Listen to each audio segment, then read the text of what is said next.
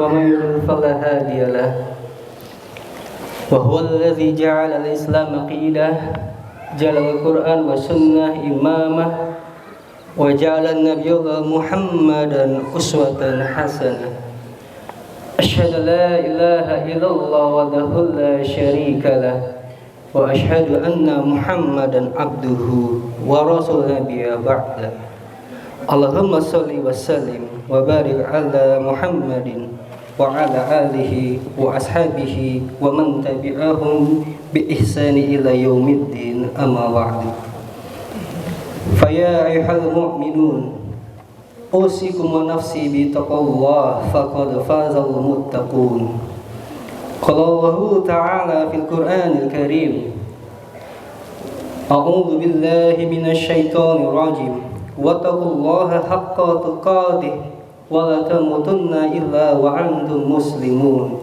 قال أيضا أعوذ بالله من الشيطان الرجيم وكذلك جعلناكم أمة وسطا لتكونوا شهداء على الناس ويكون الرسول عليكم شهيدا صدق الله العظيم الله أكبر الله أكبر الله أكبر الله أكبر ولله الحمد. Jamaah salat Idul Adha rahimakumullah. Seraya kita bersyukur hanya kepada Allah Subhanahu wa taala atas segala nikmat, rahmat, sehingga kita diringankan langkahnya untuk mencapai pada tujuan tempat ini, menjalankan syariat yang telah Allah tetapkan, yakni menjalankan sholat Idul Adha. Salawat serta salam kita haturkan kepada baginda Nabiullah Muhammad sallallahu alaihi wasallam serta kepada keluarga, para sahabat dan para pengikutnya, dan insya Allah kita berharap bagian dari yang berittiba hingga akhir hayat. Alhamdulillah, rangkaian Idul Adha tidak bisa kita lepaskan pada peristiwa Idul Fitri. Sangat banyak pesan-pesan yang perlu kita ungkap. Kita dituntut untuk mentadabbur atas segala petunjuk yang Allah turunkan kepada kita semua. Kita melihat ke belakang terlebih dahulu. Idul Fitri yang telah kita lewati beberapa bulan waktu lalu telah mendidik, membina, membentuk karakter kita sehingga menjadi sebuah kelahiran insaniyah ruhiyah terbaharukan. Maka letak bulan Ramadan dan setelahnya bulan Syawal itu seperti ibrah seorang ibu yang mengandung 9 bulan melahirkan kelahiran baru. Bila diurut dari urutan bulan Hijriah kalender Islam, dan Idul Adha letaknya adalah bulan terakhir dari bulan Hijriah yang tentu perlu kita manfaatkan menjadi muhasabah untuk diri kita sendiri. Bila kita lihat Idul Adha atau Idul Kurban itu yang masyhur dan yang mahfum kita dapatkan adalah tiada lain tiada bukan sebagai bentuk pengorbanan kita, bentuk loyalitas kita, bentuk ketakwaan kita kepada Allah Subhanahu wa taala. Secara pengertian Idul Adha diambil kata doha, yaitu adalah berkurban. Dan kurban itu sendiri diambil dari kata qoroba, yaitu adalah kedekatan. Maka bentuk pengorbanan itu adalah wujud mendekatkan diri kita kepada Yang Maha Kuasa. Pada catatan sejarah, berkurban itu sudah ada sejak dari peristiwa Qabil dan Habil, anak Nabi Muhammad, Nabi Adam alaihissalam. Anak Nabi Adam alaihissalam ini mempersembahkan, antaranya adalah hasil bumi dan binatang terbaik, binatang hasil ternaknya. Namun di antara Qabil dan Habil hanya satu yang diterima, yaitu adalah persembahan binatang ternak yang terbaik. Dan dalam perjalanannya, sejarah kemanusiaan, ajaran itu berkembang. Maka persembahan yang terbaik bukan lagi adalah hasil bumi, bukan lagi adalah hewan ternak, tapi adalah manusia itu sendiri. Maka tercatat dalam sejarah, baik di Yunani kuno, baik di Mesir kuno, persembahan kepada para dewa yang dianggap Tuhan-Tuhan pada saat itu adalah bentuk manusia itu sendiri.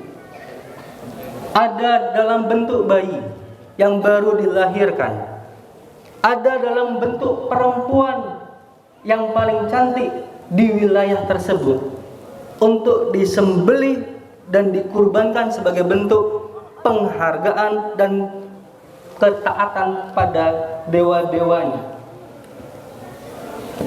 Maka ketika peristiwa Nabi Ibrahim alaihissalam mendapatkan ibrah melewat mimpinya, diperintahkan adalah untuk menyembelih anak kesayangannya. Yang kita pahami, Nabi Ismail adalah anak-anak yang sangat dinanti-nantikan oleh Nabi Ibrahim, karena sudah sangat lama usia pernikahan namun tidak mendapatkan keturunan. Maka nama Ismail ini ketika dikaitkan dengan keistilahan bahasa adalah Tuhan mendengar, Isma'il. Karena Allah menijabah permintaan Nabi Ibrahim untuk mendapatkan keturunannya. Namun Nabi Ismail pula lah melewati ibrah mimpi untuk disembelih. Sebuah hal yang sangat dilematis, yang ditunggu dan yang dinanti untuk disembelih demi ketaatan kepada Allah, yang sangat disayangi, yang sangat dicintai. Namun karena perintah untuk ketaatan Nabi Ibrahim, jalankan itu.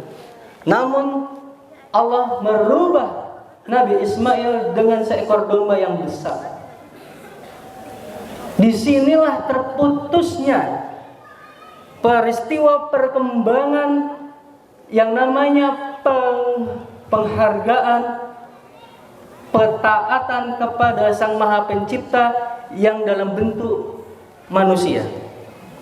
Selesai, Allah berikan petunjuk, cukup dengan hewan ternak terbaik itu dijadikan sebagai bentuk kurban.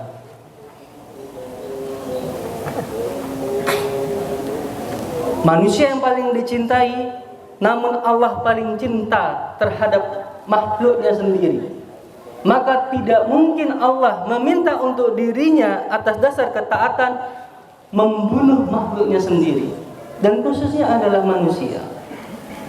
Allahu Akbar, Allahu Akbar, Allahu Akbar, lillahil hamd. Maka oleh karena itu Nabi Ibrahim alaihissalam dikenal dengan milah rahmah, ajaran penuh dengan kasih dan sayangnya. Sehingga itulah yang kemudian dilanjutkan dan disempurnakan oleh Nabi Muhammad sallallahu alaihi wasallam dalam peristiwa kurban. Nabi Muhammad berkurban dengan 2 ekor domba terbaiknya untuk satu atas nama keluarga dan keturunannya, dan satu untuk umatnya. Sebagai bentuk kecintaan Nabi kepada umatnya, Nabi telah melakukan kurban untuk atas nama umatnya. Apa yang bisa kita lihat di sini? Secara ta'abudiyah kita didorong untuk berkurban 1 tahun sekali. Tentu ini tidak mudah. Sangat berbeda dengan Idul Fitri. Setelah lewati puasa 1 bulan Ramadan, kita membayar zakat. Insya Allah nyaris tidak ada umat Islam yang tidak membayar zakat, karena kadarnya sangat mumpuni untuk dilakukan. Namun dalam hal ini menjadi catatan dan menjadi muhasabah kita, belum tentu dalam waktu 1 tahun umat Islam mampu mempersiapkan diri. Apa yang dimiliki, kebendaannya dan hartanya untuk dipersiapkan mempersembahkan hewan kurban.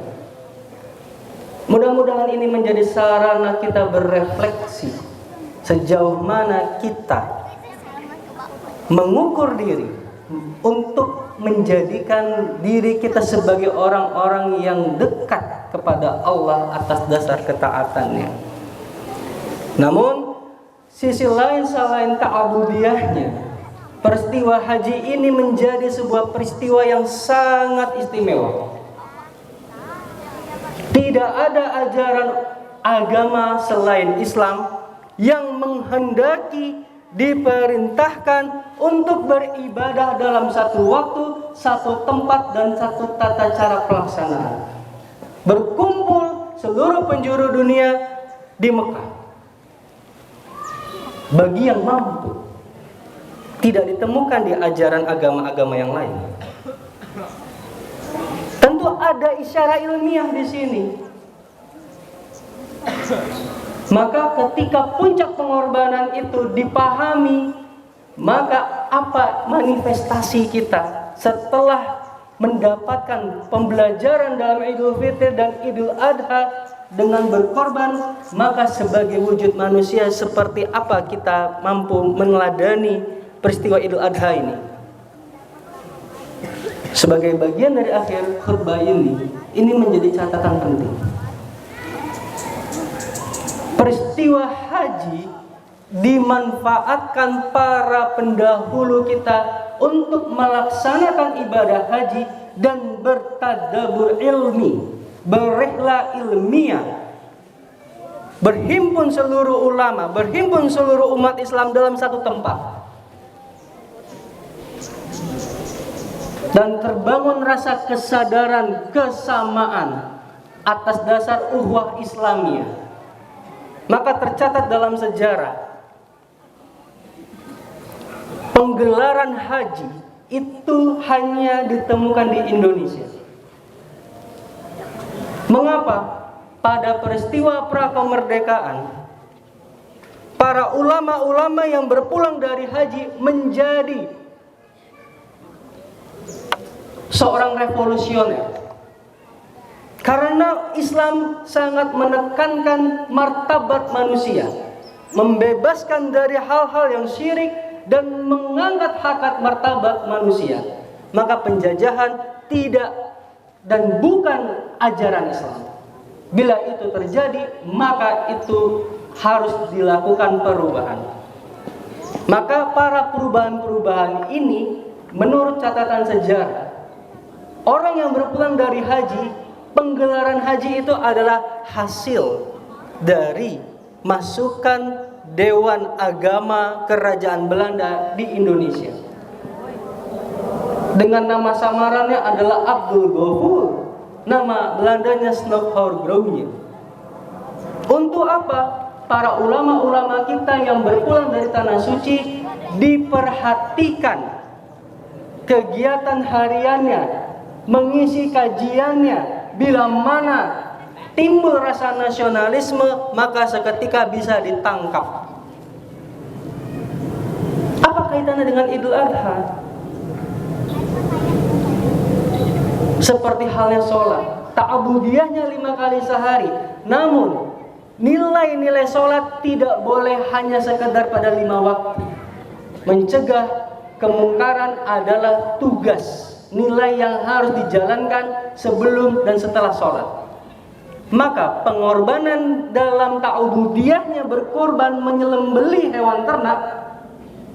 Namun nilai-nilai Idul Adha ini dijadikan momentum untuk berkurban jiwa, raga, harta untuk kebangsaan. Itulah yang dilakukan oleh para pendahulu, yang khususnya adalah para ulama-ulama kesultanan, kerajaan-kerajaan. Yang tentu ini adalah sebuah hal yang harus diketahui dan dilestarikan kembali. Perjuangan yang dikurbankan dalam bentuk darah dan nanah tentu harus kita syukuri. Maka hari ini sebagai kaum muslimin yang jumhur Indonesia sebagai umat Islam terbesar dalam proses perebutan kemerdekaan, sebagai pengakuan de jure Palestina adalah negara pertama yang mengakui kemerdekaan Indonesia. Karena harus ada dua, de facto dan de jure. Hari ini gencatan senjata di Palestina terjadi setelah 9 bulan beruntun. 34.000 meninggal, 80.000 menjadi korban luka. Indonesia memposisikan sebagai bentuk pengorbanan adalah walaupun kita tidak mengalami, namun kita merasakan sebagai bentuk simpati dan empati yang jauh di sana untuk mengambil kontribusi. Mengambil 1.000 masyarakat Palestina dibawa ke Indonesia. Kita doakan, bukan hanya kita berdemo di Bundaran HI, kita bukan hanya demo di depan kantor kedutaan Amerika, tapi ada langkah sejarah Palestina yang dahulu menyongsong kemerdekaan secara pengakuan sehingga bergulir sampai 10 negara Islam mengikutinya. Hari ini Indonesia di bulan Zulhijjah ini mengambil sikap hal itu sebagai bentuk simpati dan empati, karena ada ukhuwah Islamiyah yang dirasakan sebagai bentuk rasa kita bertakarub kepada Allah, dan tidak berhenti di sana, manfaatnya dirasakan oleh manusia lainnya. Beda dengan pada zaman-zaman dahulu berkurban, yang disembelih manusia tidak ada manfaatnya. Hari ini disembelih hewan kurban ada manfaatnya bagi yang berkurban, bagi yang membutuhkan, dan bagi yang tidak meminta. Artinya sangat dekat dengan vertikal hubungan kita kepada Allah, harus seimbang hubungan horizontal kita terhadap sesama kemanusiaan. Apalagi ada dasar ukhuwah Islamiyah. Semoga apa yang menjadi kesempatan yang berbahagia ini, Al-Fakir melalui mimbar khutbah ini mampu menjadi wasilah ilham hidayah bagi Allah, sebagaimana yang disampaikan imam pada bacaan ayat pertamanya adalah Al-Quran itu diturunkan petunjuk bagi manusia.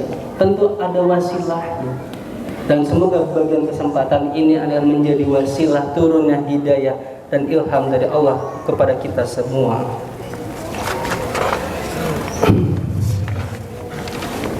Allahu Akbar, Allahu Akbar, Allahu Akbar, Allahu Akbar kabira walhamdulillahi katsira wa subhanallahi bukratan wa asila. La ilaha illallah wallahu la ilaha illallah wallahu akbar. Allahu akbar walillahil hamd. Alhamdulillah, alhamdulillahilladzi wa kaffa wa usolli wa sallim ala Muhammadin wal Mustafa wa ala alihi wa ashabihi ahli sidqi wal wafa. Asyhadu an la ilaha illallah wahdahu la syarika lah wa asyhadu anna Muhammadan abduhu wa rasuluhu. Amma ba'du. Faya ayyuhal muslimun usikum wa nafsi bitaqullah al-aliyil azim wa'lamu anna allaha amarakum bi amri azim amarakum bis salati wassalami ala nabiyyil karim faqala inna allaha wa malaikatahu yusholluna 'alan nabi ya ayyuhalladzina amanu shallu 'alaihi wa sallimu taslima Allahumma sholli ala Muhammadin wa ala alihi Muhammadin kama shallaita ala Ibrahim wa ala ali Ibrahim wa barik ala Muhammadin wa ala alihi Muhammadin kama barakta ala Ibrahim wa ala ali Ibrahim innaka Hamidum Majid. Marilah kita tundukkan kepala kita dan lembutkan hati kita agar Allah bersedia mengabulkan setiap munajat doa yang kita panjatkan. Allahumma firil muslimin wal muslimat wal mu'minin wal mu'minat al ahya'i minhum wal amwat Rabbana zalamna anfusana wa illam taghfir lana wa tarhamna lanakunanna minal khasirin. Allahumma inna nas'aluka salamatan fid din wa afiyatan fil jasad wa ziyadatan fil ilmi wa barakatan fil rizqi wa taubatan qabla al-maut wa rahmatan indal maut wa maghfiratan ba'dal maut bi rahmatika ya arhamar rahimin. Allahumma izza al-islam wal muslimina Allahumma ansur ikhwanana al-muslimin al-mujahidin fil Palestin Allahumma sabbit imanahum wa anzil sakinata ala qulubihim Rabbana atina fid dunya hasanah wa fil akhirati hasanah wa qina adzabannar. Subhana rabbika rabbil izzati amma yasifun wa salamun alal mursalin walhamdulillahi rabbil alamin. Subhanakallahumma wa bihamdika asyhadu an la ilaha illa anta astaghfiruka wa atubu ilaik. Wassalamu alaikum warahmatullahi wabarakatuh.